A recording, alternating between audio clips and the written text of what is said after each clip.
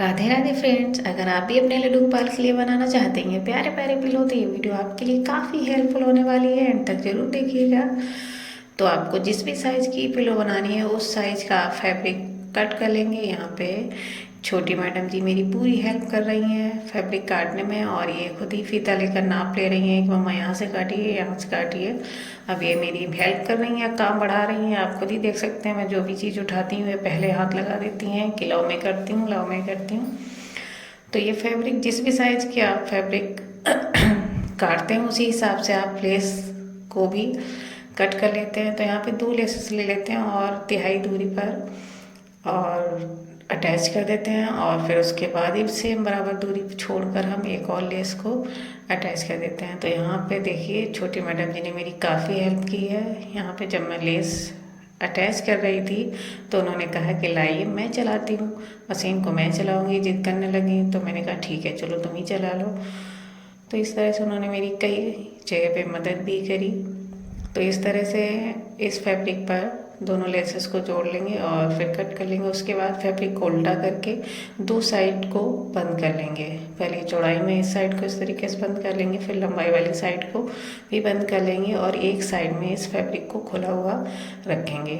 उसके बाद में खुली हुई साइड से हम पूरी पिलो को सीधा कर लेंगे। अब बारी आती है स्टफिंग की, तो इसके लिए हम कॉटन ले लेते हैं और उसको थोड़ा भुरभुरा कर लेते हैं, तोड़ तोड़ के अलग कर लेते हैं। उसके बाद में इस कॉटन को इसमें भर देते हैं और भरने के बाद में जो खुला हुआ सिरा है उसको भी मशीन से मैं सिल देती हूँ। तो इस तरीके से ये पिलो है बनकर तैयार हो जाती है। उसके बाद बारी आती है इस पर इन दोनों किनारियों पर लेस लगाने की। तो मैं लेस लगाने की सोच ही रही थी, तभी मेरे दिमाग में एक ख्याल आया कि क्यों ना कुछ और किया जाए। ये देखिए कितनी प्यारी पिलो बनकर तैयार हो गई, बस इनकी किनारियों पर लेस लगानी रहेगी। तो इसी फैब्रिक की किनारी पर कुछ इस तरह से रेशेदार का कपड़ा लगा हुआ था, तो मैंने उसी किनारी को काट कर इस पिलो की दोनों किनारों पर अटैच कर दिया।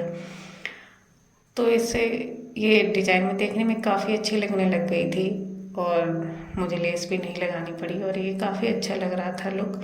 तो इस तरह से मैंने दोनों किनारियों पर लेस नहीं, ये जो फैब्रिक की किनारी काटी थी उस किनारी को मैं जोड़ देती हूँ और इस तरह से मेरी एक बड़ी सी पिलो बनकर तैयार हो जाती है, जो देखने में काफ़ी अच्छी लगती है। और ये साइज़ की पिलो लड्डू गोपाल के लिए सही रहती है सिरहाने में सोने के लिए। फिर मैं छोटी छोटी और तो कुशन बनाने के लिए छोटे छोटे और स्क्वायर शेप में फैब्रिक लेती हूँ और इस पर इन फैब्रिक पे भी मैं पहले की तरह ही लेसेस को अटैच कर लेती हूँ। 2 सेम साइज़ की छोटे कुशन बनाने हैं तो इसलिए मैं 2 स्क्वायर शेप में फैब्रिक लेती हूँ और इन पर लेसेस को अटैच कर देती हूँ और फिर सेम प्रोसेस उसी तरह रिपीट करती हूँ कि एक किनारे को खुला हुआ छोड़कर बाकी 2 किनारियों को सिल देते हैं, फिर उसके बाद सीधा करते हैं। ये छोटा जो कुशन बनता है इसको सीधा करने में थोड़ा टाइम लग जाता है, वो चौड़ा होता है तो आसानी से हाथ से सीधा हो जाता है, इसे सीधा करने में काफ़ी टाइम लग जाता है। उसके बाद में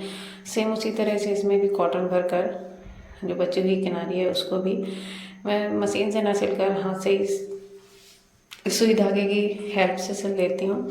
तो इस तरह से ये दोनों छोटे छोटे कुशन भी साथ में बनकर तैयार हो जाते हैं और ये देखने में काफ़ी खूबसूरत लगती है। तो ये पिलो बनकर तैयार हो जाती है और जैसे ही बनती है तो हमारे लड्डू गोपाल जी जिद करने लगते हैं कि पहले मुझे दिखाओ, मुझे देखना है कैसी लग रही है। तो उन्हें काफ़ी अच्छी लगी और जैसे ही आई बस वो जिद करने लगे कि मुझे नींद आ रही है, मुझे तो इसी पिलो पर सोना है। तो फिर क्या था, मैंने अपने प्यारे लल्ला को इसी पिलो पर सुलाने की तैयारी शुरू कर दी। उनकी एक्सेसरी थी वो सारी निकाल दी, बाल निकाल दिए। उसके बाद लल्ला ने अपनी पिलो पर से रखा और सो गए। तो ये देखिए कितने प्यारे लग रहे हैं और कितनी कंफर्टेबल पिलो है, इस पे आसानी से उनका सिर आ जाता है।